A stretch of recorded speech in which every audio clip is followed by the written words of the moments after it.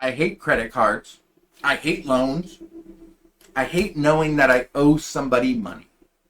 And I hate that that is the norm. So let's have a discussion about credit from the perspective of someone who hates all the things I just listed. Before we start, let me plant the seed of my mindset that stems the whole video. If humans never adopted the theory of credit, if the concept of credit didn't exist and we only bought things that we could afford, nothing would be as expensive as it is now. Houses wouldn't cost $350,000 to $5 million. Cars wouldn't cost $40,000 to $100,000. Why? Because it's astronomically rare now for somebody to have that much liquid income ready to afford these things, and we have adopted that borrowing money is okay, so they can charge whatever they want because you can borrow whatever you want. And I wanted to call these things necessary, but someone could make the argument that a house or a car isn't necessary at all. But since when did these necessary items become so much, and how did we get here? This whole idea came from multiple sources, my coworkers, my peers, my fiance, my parents, all telling me I need to establish more credit. I'm in my late 20s and my net worth is higher than the vast majority of Americans, regardless of age. That's not a brag, that's just a fact to drive my point home. But my credit limit is only $3,500. Why? I never applied for more credit. I've had the same credit card since I was 15. I got a credit card at 15 and my credit limit was $500, and I was like, I don't want any more than $500. And they just kept raising it, and once it hit $3,500, I told them to stop.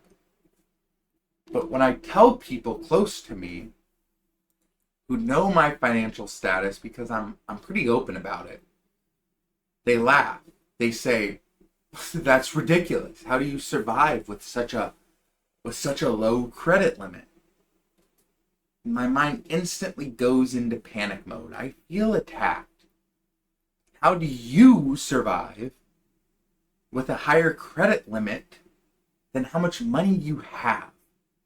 How do you borrow money? How do you put yourself in the predicament where you owe predatory institutions 3 times what you have in your bank account? That seems awful. How do you sleep? How are you not stressed out? How do you have fingernails? How have you not chewed them all off at this point? And every time I get fired up about the predatory nature of credit, and I hear the same rebuttal. Well, you're not taking on credit, you're building it, or whatever people who think that they're financially literate say. And they have a point, you're building credit. But then my brilliant, hyper-intelligent fiance drops some knowledge on me after saying the same thing I just busted everyone's balls about saying. Well, if you want to buy a house in the future, we're going to need credit on both ends. Unless you have $300,000 to $600,000 laying around, you'll need a loan. And since your credit activity is minimal, with only $200 to $400 a month, your credit isn't optimized for the $300,000 to $600,000 loan that you need to take out. And I was like, wow, that was really well said. And granted, I wrote this right next to her, and she said that, so I wrote it all down. But here's the issue. Here's the meat and potatoes of this video, because we know a big boy likes the meat and potatoes. If a credit card is essential to survival, that's a huge problem. That is a huge problem. Why, you may ask? Because it forces you to borrow from people who don't care about you. You will take all this credit out for something that you don't need, and then the person who you borrowed money from will take everything that you do need if you overextend because they let you overextend. Why is that essential? Why is it a requirement to prove you're financially responsible to buy an overinflated house with money that you don't have? How is that responsible? Why must I enslave myself to debt just to get more debt in order to live a comfortable life?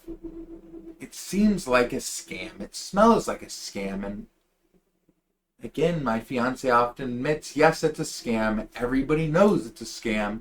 You can't eliminate it. So make it work for you. She tells me to put everything on my credit card and just pay it off, because I have the money to pay it off. And then use the creditors against them. Rack up the points. Do all this. Do all that. Use the credit card. Use it against them. And here's my question I'm posing.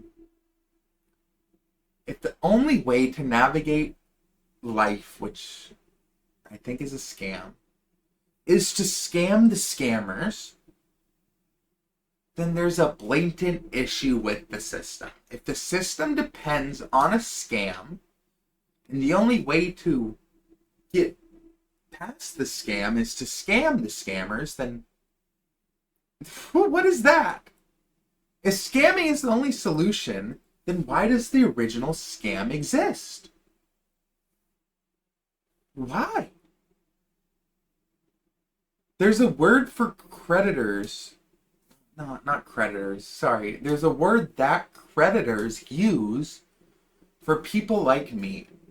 For people who only put like less than 10% on their credit card every month and they pay it off 2 weeks before.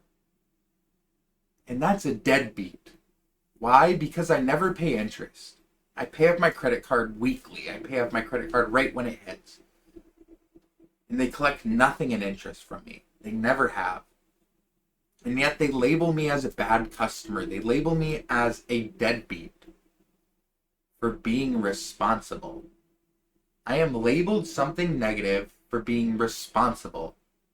And if you live in an environment where doing things responsible earns you a negative label, then that's a problem. And there's two options. Either the people running the system are astronomically stupid and don't see the hypocrisy in that, and they're just cool with enslaving people with debt, lowering the quality of life, and increasing prices of everything due to the human need to want things now, and credit cards are good. Or they want this to happen. Both options suck. Both options lead to the system being broken, and odds are both options are true.